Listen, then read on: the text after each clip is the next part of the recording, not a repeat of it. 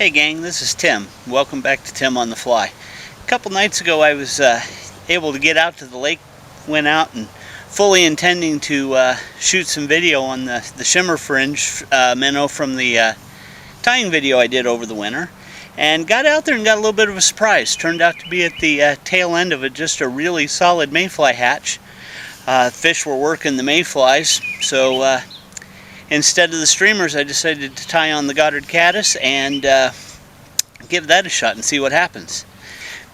The flies that were hatching were mayflies, and you might wonder why I tied on a Goddard caddis, that whole match the hatch thing.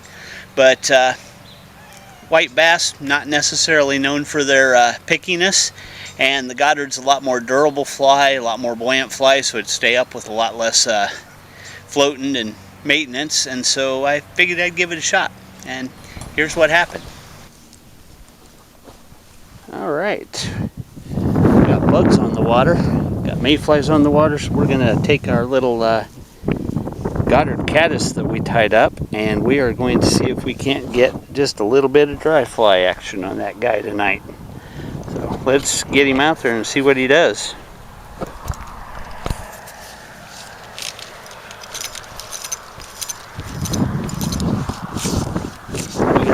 Rising, so they are looking for bugs, and they're not very far out, so hopefully we can get some takers. This Goddard usually does a pretty good idea of imitating what they want, and you probably can hear it on the video, and so we're just gonna take him and put him out there and just let him kind of drift in that wind.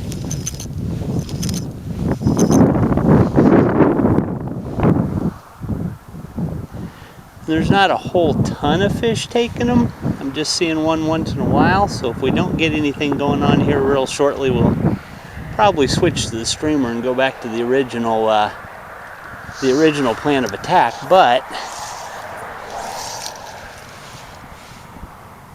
if we can get something to rise up to the dries, it's just that much more fun. So we'll go after this for a few minutes.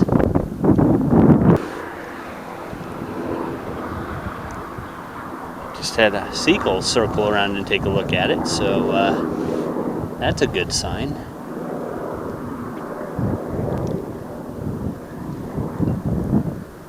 It's a little late in the evening.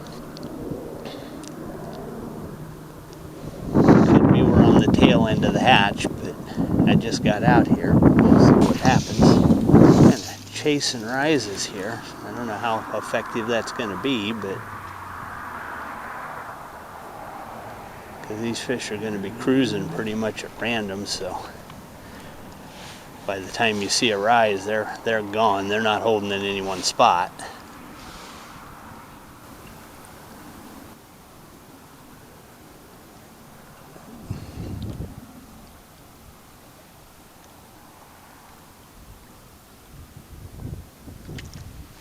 There we go. There we go.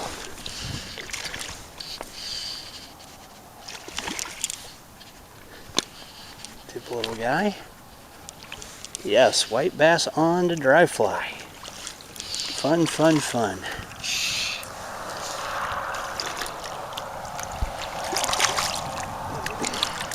These typically aren't going to be your big whites, but on a dry fly, I mean, hey, what more can you ask for than that?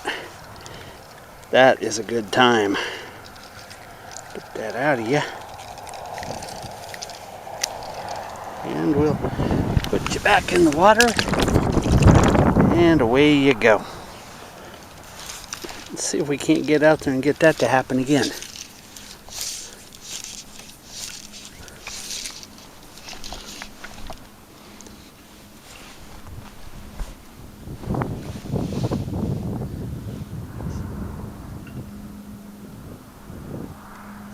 Definitely just a patience game.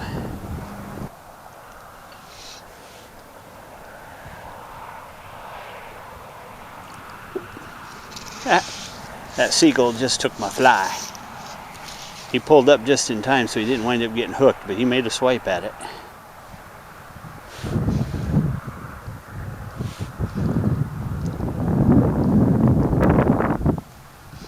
Now let's see if we can get something from underneath to do the same thing. Yep, there we go.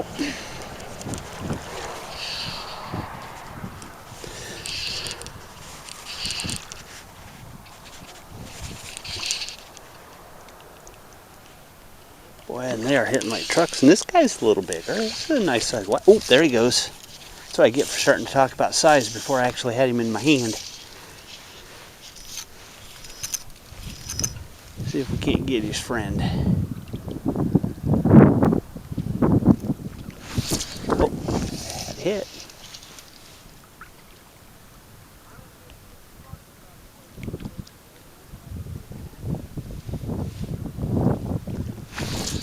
Oh, okay, guys.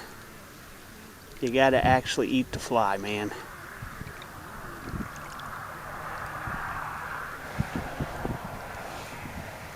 We know they're around.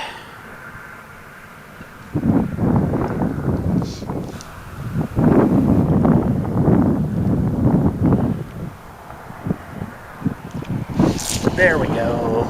Oh, he come off too.